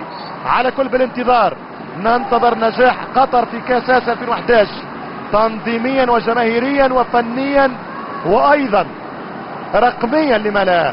بينما الان نستمتع بالزعامة هذا المساء للاخضر كالعادة ام للعراق في سيناريو جديد وخارق للعادة. ينطلق الفريق السعودي ما غير خطورة الفريق الاخضر اليوم، ما غير شك ولا اختلاف. نعرف وضعية النهائيات، نفسية اللاعبين في الفاينل، ولكن هي اقل المباريات اداء واجادة ومستوى من الصقور في هذه البطولة الآسيوية. كل من السعودية والعراق نجحوا في رهانهم وتحديهم في هذه المسابقة الآسيوية، ولكن ما دام وصلت للفاينل الجماهير تريد اللقب، المسؤولين يتطلعون للأميرة الآسيوية، وهذا مطلب شرعي ومطلب واقعي ومنطقي. بعد كل هذه المشاوير في السماء 2007 في الآسياد، ناشد أكرم، قصي منير، فريق العراقي من مفاتيح لعبه في وسط الميدان الثنائي المتميز جدا قصي ونشد. فريق السعودي كما قلت اذا حب يركب المباراة يلزم يعرف يسيطر على الوسط، وممكن تعليمات انجوس في هذا الاتجاه. انجوس غير راضي. نعم المنتخب السعودي بعيد عن تكرار سيناريو اليابان مثلا، كان لقاء ولا بالاحلام، لكن كل لقاء وظروفه، كل لقاء خصوصياته، معطياته وانطباعاته، تفاصيله، ديتالز وجزئياته، مؤشراته. ترجع الكرة بالراس، ماسك اللعب الفريق العراقي. الفريق السعودي يحاول المهم ينجح دفاعيا مثل ما هو ناجح الآن، ويخطف كرة قاتلة في الهجوم. هذه مباراة الكرة الوحيدة، هذه مباراة أنصاف الحلول وأرباع الفرص من أجل الكأس الفضية. يونس محمود، عراقية ليونس، يونس محمود لقصي منير. قصي تمشي عرضية، يلعب بكرار، كرار او هوار، الان كرار هوار، والكرة عراقية. أسامة هوساوي يدافع، تمشي عراقية خطيرة لنشد، صعبة جدا، كرة خطيرة وبرافو الدفاع، كرة رائعة وجدت الأروع في الدفاع اليوم، خطيرة ما زالت العراق. الدفاع السعودي يعاني وبرافو يا وليد عبد ربه. وليد عبد ربه يفسخ المشروع العراقي لل1-0، يفسخ كورة من الرائع يونس محمود لل1-0. كانت خطيرة من الأخطر الكوبرا يونس، القرش القادم من الأنهار بينما الصقر القادم من الجزيرة. كان رائع كالعادة، برافو يا وليد عبد ربه. المنتخب العراقي بالفعل الآن مسيطر على المباراة، يقترب ممكن من سيناريو منتظر من يونس خطير، والكرة مرت بسلام، ما فيش فاول. خارج المنتخب السعودي من وضعية حرجة لهجوم العراق، ومن إمكانية لكرة ثابتة هي عنوان خطير في مباراة النهائيات. ممكن كرة ثابتة تخلص. 13 دقيقة لعب في الشوط الثاني، تكتيكيا فييرا يتفوق على انجوس للحين.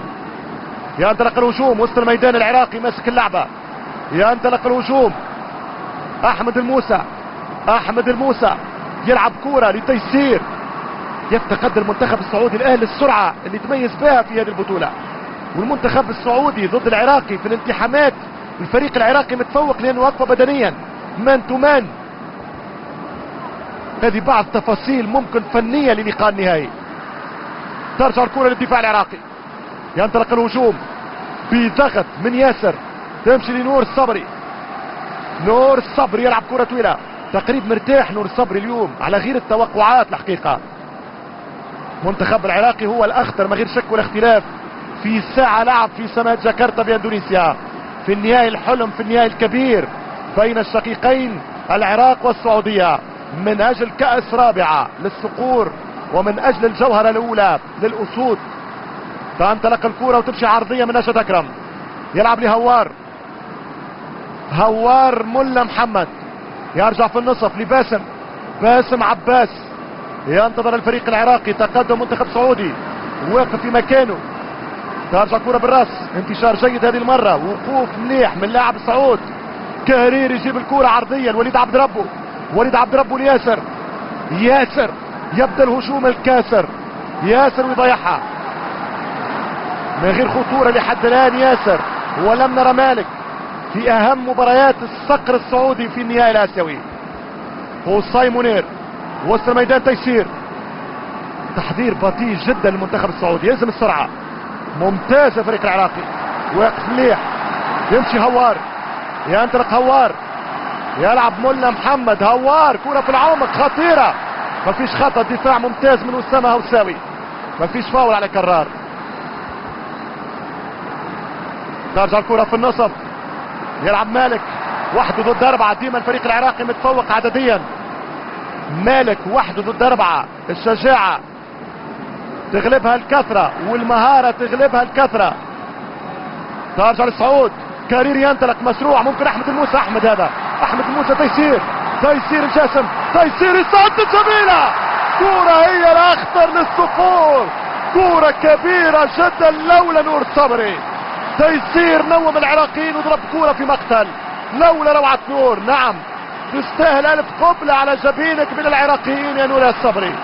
كانت كورة الكأس، كانت كورة الفاينل، ممكن كورة تحرر السعوديين، ممكن كورة تحيي اللاعبين. شوف الكورة، شوف الضربة، شوف اللقطة، شوف الركلة، شوف معاها المتعة في الصدة. ساعة لعب وكورة ممتازة. تيسير نجم من نجوم الدورة، من احسن لاعب البطولة. تيسير كان ممكن يحسمها. تيسير الجاسم على القائم الاول. ترجع عراقية الدفاع وتلعب سعودية الهجوم. كورة للمنتخب القادم من الجزيرة، السعودية للقب جديد، السعودية لبطولة اخرى، والعراق من اجل الاعجاز.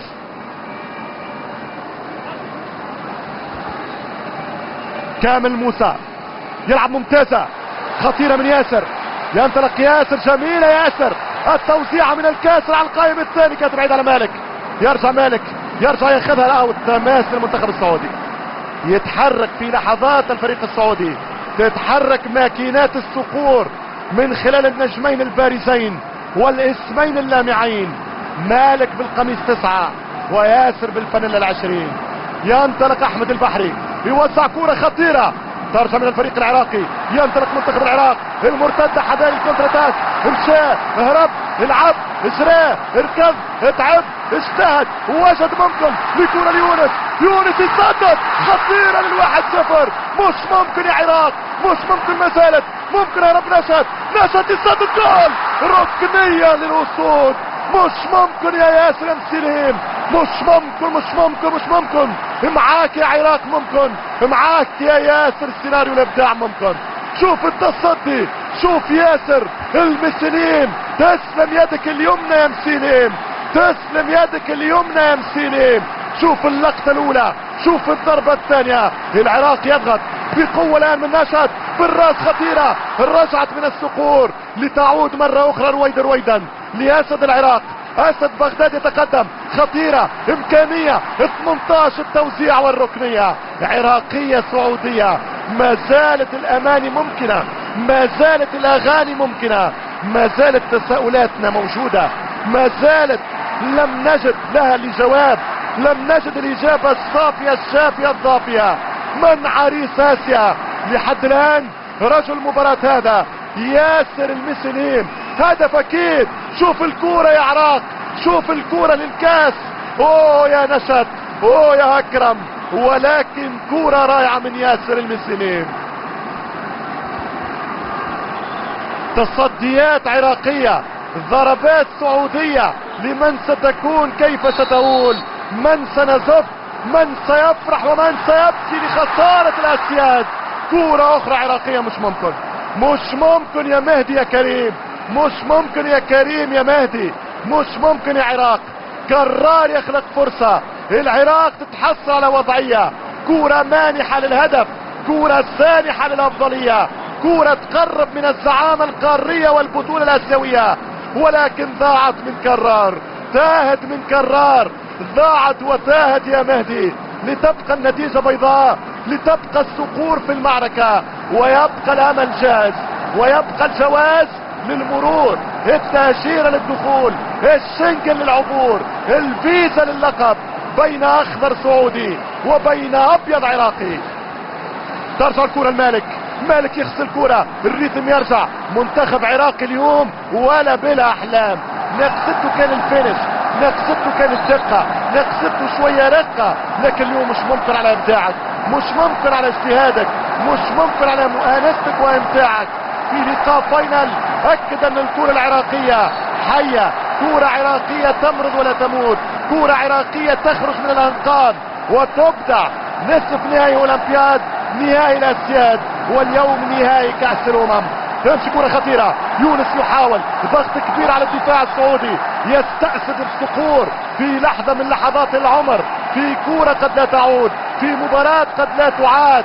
هي مباراة هي فرصة، هي لدخول التاريخ، هي لكتابة ارشيف، هي لذكريات سنين للامام، سنين القدام. اجيال تتحدث، احفاد تفتخر، واباء تقول كنا اسياد لاسيا.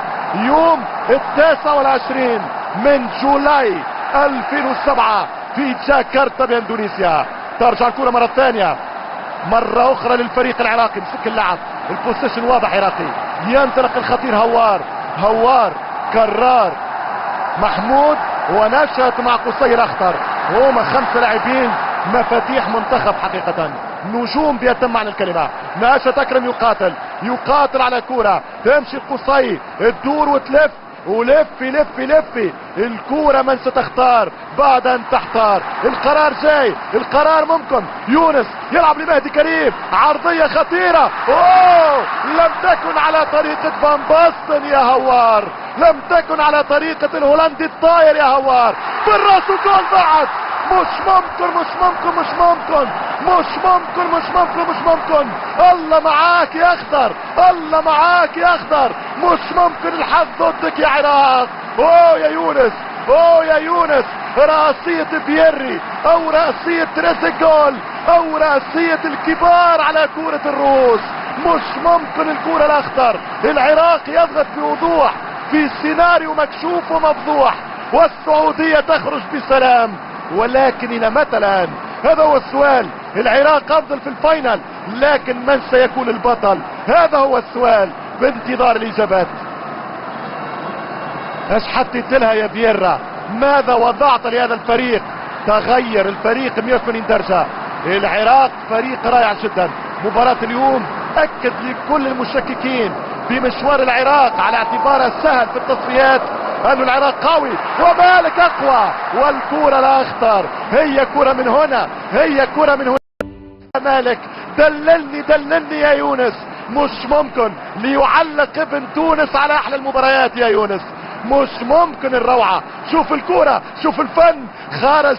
خرج ولم يعد باسم عباس، بفضل الابداع، بفضل السحر، بفضل الساحر، بفضل المهاري والفنان. ادخل في اللعبة يا مالك، العب يا ياسر، العب مثل ما ينشط الان يونس.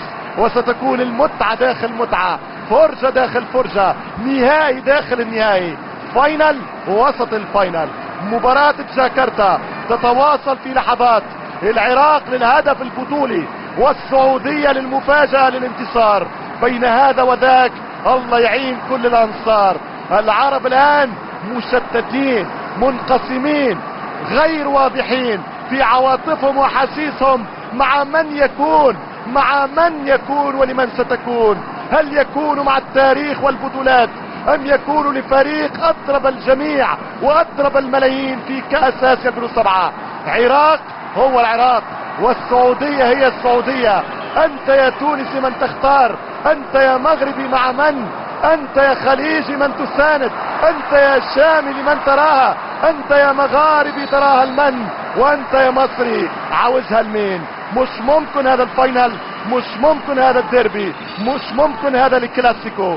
احلى نهائي، مش ممكن فاينل يكون افضل من هذا لو كان غير الاخضر وغير الابيض يا تيسير. اذا مباراة مهمة جدا، مباراة رائعة جدا، مثيرة جدا. شوط ثاني اكتساح عراقي بالفرص وخطورة سعودية ببعض المرتدات، لكن اللمسة الأخيرة هي من نفتقدها في هذا الفاينل. في الليلة الظلماء يفتقد البدر، وفي النهاية عليك ألا تفتقد اللمسة الأخيرة. يا ياسر من جانب أو يونس في جانب. ترجع الكرة سعودية، أحمد الموسى برافو، يخرج الكرة الكامل، كامل الموسى، ينطلق الصقر، يلعب الأخضر للسريع مالك، هرب تجي بيه، العب كرة خطيرة عكسية. هذه هي نتيجة البريسينج، هذه هي من نتائج الفورسينج السعودي في هذه اللحظة. كرة خطيرة يا علي يا رحيمة، يا لاعب الوكرة هناك في قطر.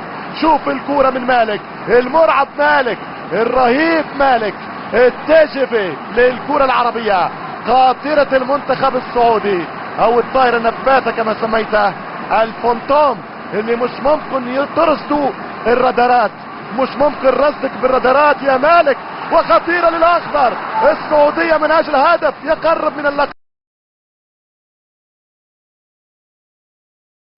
في فاينل رهيب. ينطلق يونس، شوف يونس الجهد كأنه في نهاية 10,000 متر في اولمبياد بكين.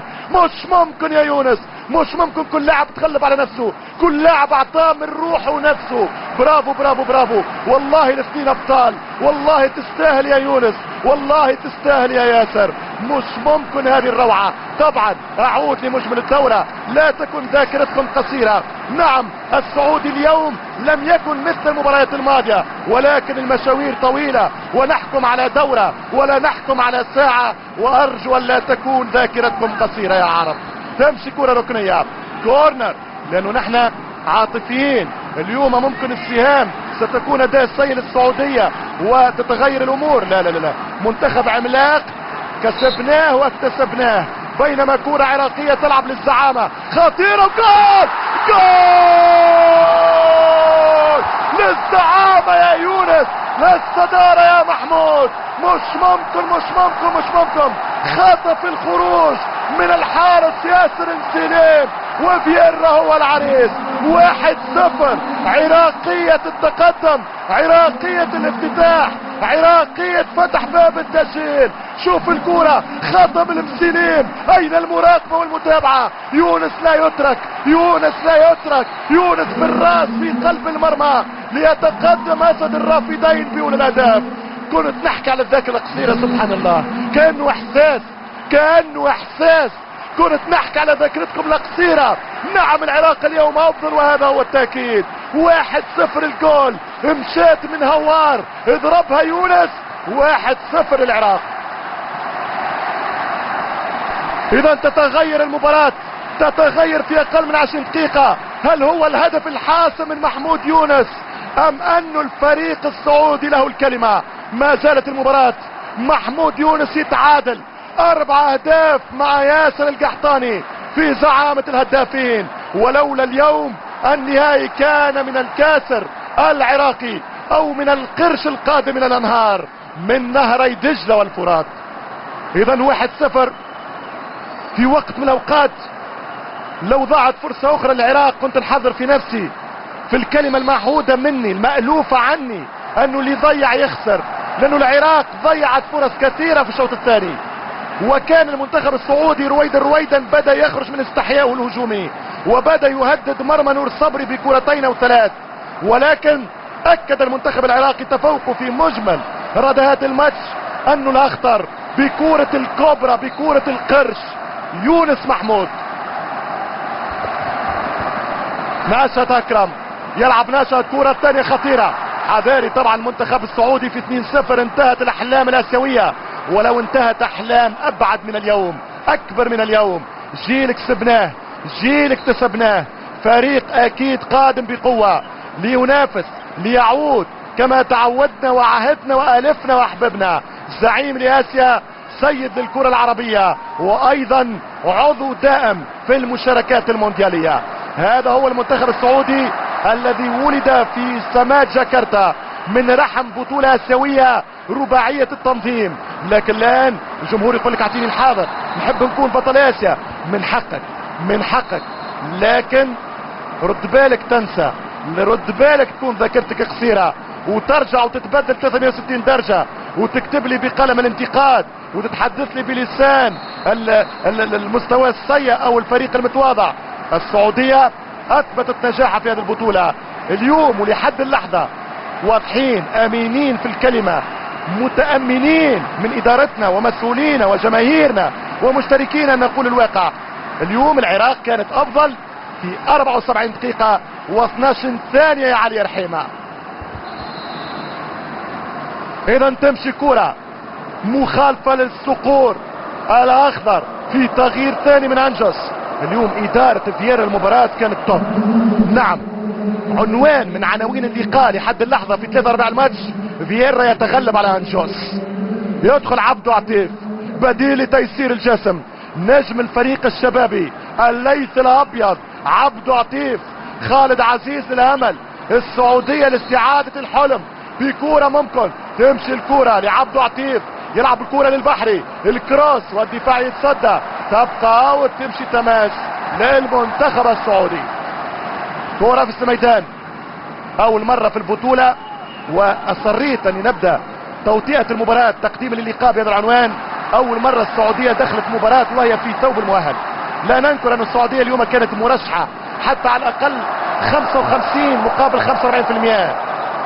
هذا الضغط النفسي، هذا الترشيح، هذا الدخول في ثوب الفائز هو منقول اثر على اداء منتخب الصقور اليوم. ما فيش كلام، ما فيش كلام. بينما تدلل سلام جمال كمال للهداف المتكامل يونس محمود. 1-0 لمنتخب العراق. على فكرة يونس هو اللي سجل انتصار العراق على الشقيق السعودي في 2004 في الصين في الدقيقة 87. 2-1 انتصار دخل العراق في الكوارتر فاينل وخرج السعودية من الفيرست راوند. اليوم المباراة الأهم، مباراة تاريخية، والعراق يتقدم ب1-0 ويطلب بقوة الآن مهر وزعامة آسيا لأول مرة في تاريخ العراقيين. يمشي الممتاز هوار يلعب كرة أخرى تمشي في وسط الميدان. الدفاع الأقوى كان صلب اليوم والهجوم الأقوى لم يكن موفق للحيل. خطيرة جدا وكرة المباراة. مش ممكن الهدف الثاني القاتل، مش ممكن الهدف الثاني القاتل هنا يا يونس. كرة آسيا، برافو يا ياسر مسلم. ان كتب للصقور العودة، ان كتب للسعودية الفوز. تذكروا كرة 76 الدقيقة القاتلة، الدقيقة الحاسمة. ياسر المسلم اتصدى امام كرة خطيرة للاخطر، للقرش القادم من الانهار يونس محمود.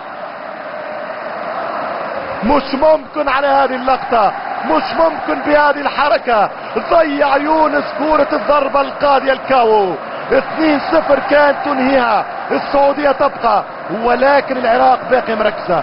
بالفعل اليوم 5 وخميس على المنتخب العراقي قدم مباراة ممتازة جدا. كان متفوق في الحوارات الثنائية، كان متفوق بدنيا، تفوق تكتيكيا، تفوق فنيا. وللأمانة لحد الآن المنتخب السعودي في أقل عروضه في هذه البطولة. المنتخب العراقي بالمقابل وفي الاتجاه المعاكس في أحسن مبارياته في الدورة. نتيجة لحد الآن منطقية، لكن المنطق في الختام.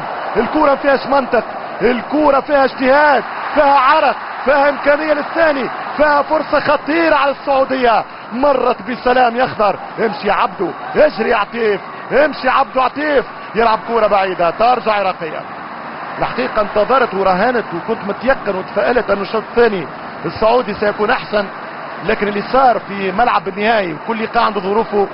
أن المنتخب السعودي كان أداؤه في الشوط الثاني ليس الأداء المتأمل والمنتظر، والمنتخب العراقي واصل في نسق تصاعدي وفي أداء أفضل حتى مما كان في الشوط الأول.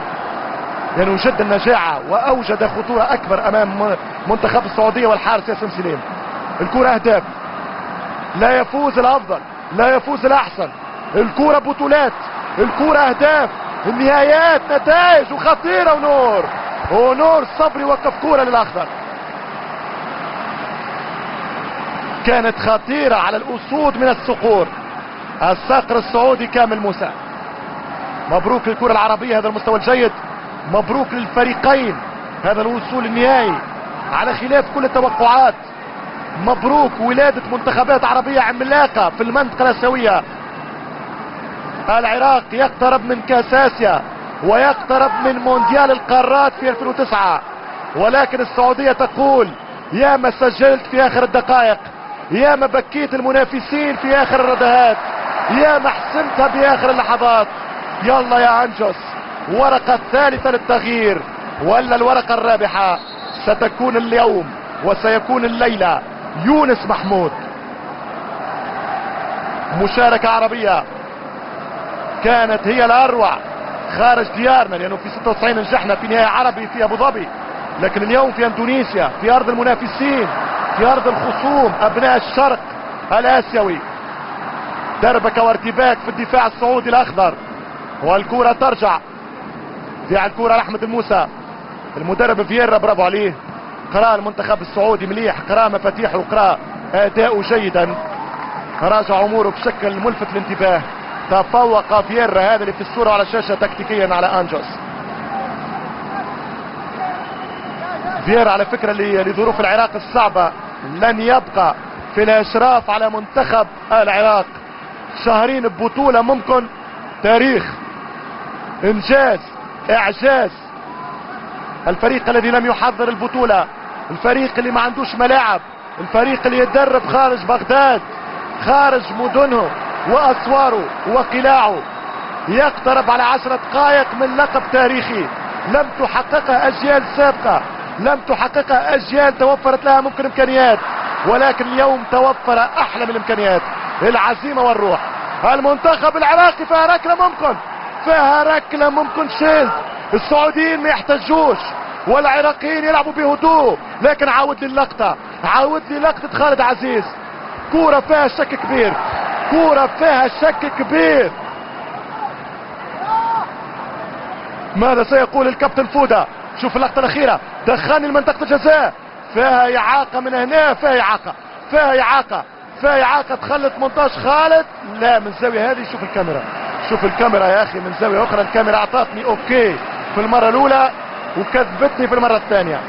أنا نهرب من المسؤولية ونعطيك الخط يا كابتن فودة. ضبط أمورك، أنت حكم، أنت خبير، قل لي ايش فيها، بينالتي للأخضر أم كورة سليمة للأبيض؟ ولو أنه المنتخب السعودي لم يحتج وتفاعل وعدم احتجاج خالد عزيز يقول لي أن الكورة ما فيها شيء.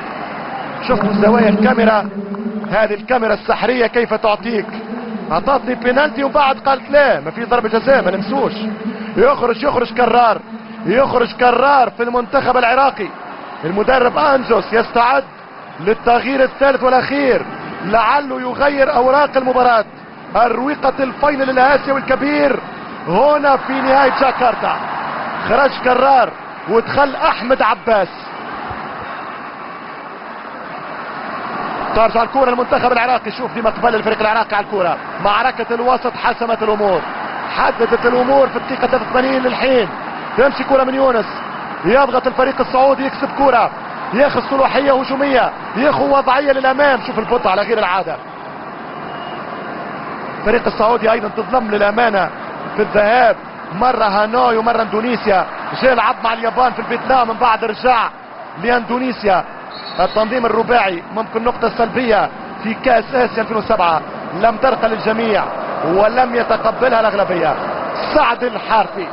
سعد الحارثي يقول أنا من دك حصون اندونيسيا فلما لا أكرر الإنجاز وتجاوز قلاع العراق. هل ستكون يا حارثي رجل المهام الصعبة؟ سنرى. المدرب أنجوس في 7 دقائق للوصول، في 7 دقائق لكتابة النهاية، يلعب ورقة هجومية ويلعب الكل في الكل، ليقول بلغة الكرة، بلغة الألوان والفانيلات، يبيض كما هي الآن أم خضراء كما يتمنى المناصرين للأخضر السعودي. خرج مدافع دخل مهاجم، يا 1-1 يا 2-0. تفكير سليم من أنجوس. والعراق يلعب على المرتدة، تمشي الكرة هوار في النصف للمنتخب العراقي. تتهيأ قصي منير، قصي الخطير. لوان قلة التركيز يا يونس، لكن جمهور العراق الكل يسامحك ما دام انت رجل البطولة، ما دام انت المان اوف ذا ماتش، المان اوف ذا فاينل.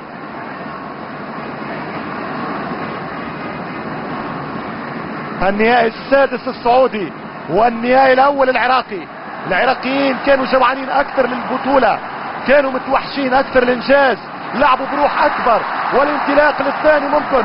الخطير يونس محمود، يونس هي كرة صعبة، تسديدة القادمة، مهدي كريم يسدد مهدي لكن سهلة للعملاق ياسر المسلم. نعم ياسر تألق اليوم قطع النظر على الهدف، لكن ايضا لا ننسى اين الرقابة، اين العمق الدفاعي، اين هوساوي او وليد عبد ربه على يونس محمود في الكورنر. من كرة ثابتة ثبت البيت العراقي الكرة من اركانه لزعامة اسيا لاول مرة، بينما السعودية تقول العبرة بالخواتيم. يضحك من يضحك اخيرا. كرة للتعادل، ترجع من دفاعات الاسود، ترجع من مهدي كريم في النصف، تلعب عراقية للمنتصف. كرة اوت، كرة مقصودة طبعا من مهدي كريم في اصابة. هل هي لنجم عراقي ام هي لنجم سعودي؟ 53% البوسيشن وامتلاك الكرة للفريق العراقي. التفوق سلامات بالنسبة لباسم عباس. كوريا الجنوبية 56 و60، ايران 68 72 76، الكويت 80، السعودية 84 88، اليابان على الخط في 92، السعودية ترجع زعيمة في 96، اليابان تتكلم في 2000، اليابان تسطو في 2004 و2007. عربية مضمونة، عراقية حاليا، سعودية من الممكن. الكورة فيها شمان، الكورة غدارة. استراليا والحضور الاول، خيبة امل وخروج بدون نجاح وبدون تاريخ. كوريا 3 مباريات و3 ركلات ترجيح، ولا هدف سجله الكوريين، ولكن كوريا الثالثة آسيا 2007. العرب بدأوا بصعوبة، بدأوا مختنقين وخرجوا فرحين، بينما اليابان يترك الزعامة والسعودية تريد الاستعادة للقب. في امكانية لخالد عزيز يراوغ، عزيز يتصدى لكورة ضاعت بدفاع عراقي مكثف في هذه اللحظات. 4 دقائق للوصول، 4 دقائق لخط الوصول بعدما كانوا 16 في خط الانطلاق. ترجع الكورة المنتخب السعودي، تمشي لأحمد الموسى. أحمد يلعب كورة في الوسط، ضغط عراقي وأمل سعودي ورجاء جماهير السعودية للهدف. ما زالت الكورة، ما زالت المباراة، لا ضاعت الفرصة وضاعت المحاولة، ومشات في كونتر اتاك الكلام، في كورة بدون عنوان، كورة في غياب اللون الأبيض للعراق وفي تواجد لون أخضر سعودي. ما زال متشبث بالأمل، ما زال متسلح بالوعد من أجل عهد الانتصار الرابع لزعامة آسيا. 3 دقائق، أطول 3 دقائق في تاريخ العراق، ممكن أسعد 3 دقائق من تواريخ العراق. ينطلق الهجوم السعودي، السعودية ما زالت لم ترمي المنديل، لم تلقي بأسلحتها في معركة جاكرتا. ما زال الأخضر ناوي، ما زال الأخضر باغي، ما زال الأخضر غاوي أن يحقق اللقب. ومعنى البغي هو أنه يريد، معنى أنه يترجى، معنى أنه يتأمل، معنى أنه يسعى للقب. بالتعادل هو الشرط الآن، مفيش مكان، مفيش كلام، مفيش سلام يا وليد عبد ربه. يلزم التعادل في دقيقتين بما احتسب من وقت بديل، ولا خلاص انتهت. عراقية. الكورة من عبد عتيف بكورة ثابتة للثبات. الكورة ترجع من دفاع ثابت اليوم، دفاع قوي، الدفاع الأقوى بالبطولة. العراق لحد الآن نجح أمام الهجوم الأخطر والأقوى بالبطولة السعودية. ما زالت لمالك، مالك يلعب كورة ضاعت على مالك، تاهت من أقدام الأخضر، رجعت لأقدام الأبيض. ينطلق الفريق العراقي في هجوم وفي أمل، في كورة للبحث، في كورة للحرص، في كورة للمباراة، في هدف للبطولة. يونس يلعب كورة زايدة، لا للاستعراض يا يونس. ألومك في هذه اللقطة، تلومك كل العراق في هذه اللحظة. فييرا غير فهم، فييرا لا يفهم كيف يلعب نجمه بهذه الطريقة. مش ممكن الكورة تعاقب يا يونس، اوعى تنسى، رد بالك تنسى انك تلعب مع السعودية.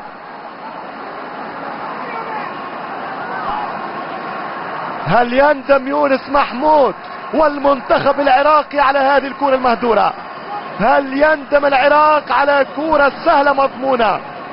فرصة موجودة، لعبة في كورة مركونة لمالك، يركنها مالك، لا، الدفاع يتصدى، ترجع عن طريق سعد الحارثي في الوان-تو، ترجع عراقية، تلعب سعودية، اقدام بيضاء، الوان خضراء، وفي الاخير المرتدة لهوار.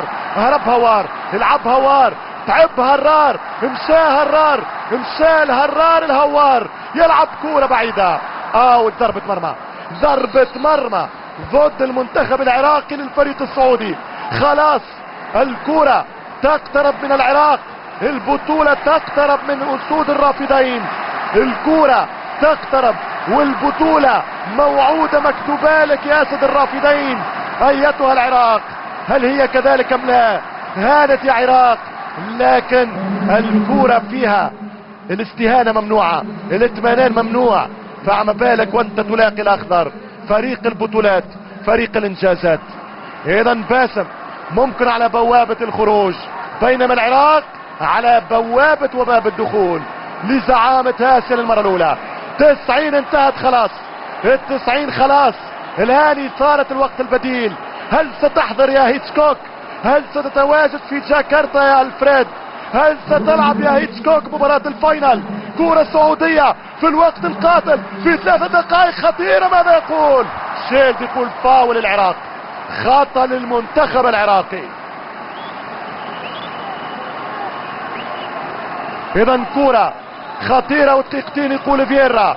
120 ثانية، اعطي كل ما عندك، خلاص انسى الاتعاب، فكر في الالقاب، فكر في وحدة شعب، فكر في فرحة ملايين، فكر في رجوع نجوم العراق لزعامة القارة بعد 25 سنة من 82 ذهبية نيودلهي في الآسيان جيمز.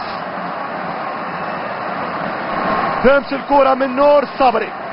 العراق على بعد دقيقتين مما بدا لنا جميعا الحقيقة معزة، لما بدا للبعض حلم صعب المنال.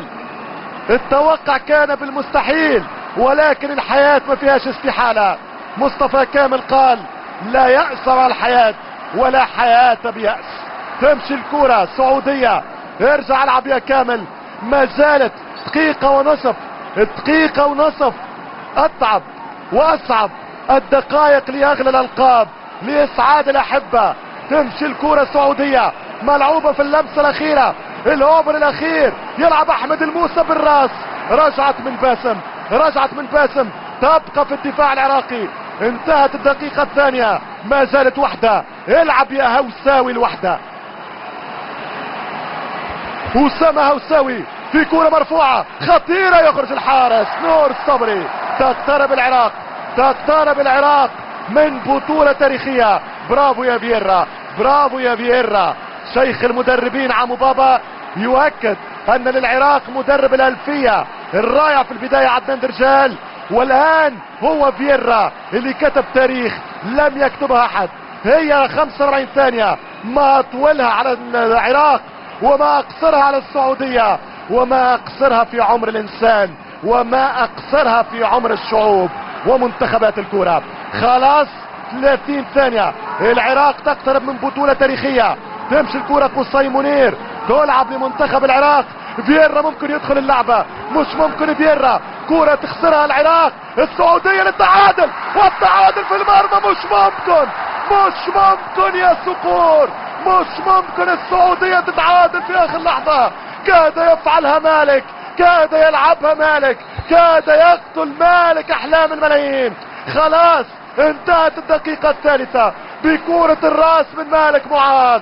مش ممكن يا نور يا صبري. السعودية كادت تعاقب العراق على استهتار الدقائق الأخيرة، والكبير السعودي كاد يتعادل ويقتل أحلام فييرا. أنت يا بلاتر اشهد على كرة العرب، اشهد على وعد العرب. العرب كرويا قادمين للأحلام والآمال. زعامة افريقيا مصرية، زعامة آسيا حاليا عراقية. هي في المطلق، هي من الانطلاق، هي من المبدأ، هي من العقل، هي من الباطن، هي بالضمير، هي بالقلب. عربية عربية عربية. خلاص انتهى الوقت البديل مع كرة مالك. مالك كاد يملك العقول، كاد يأسر القلوب. في لحظة مالك كاد يسجلها، يفجرها، يدونها، لكن الكرة مرت.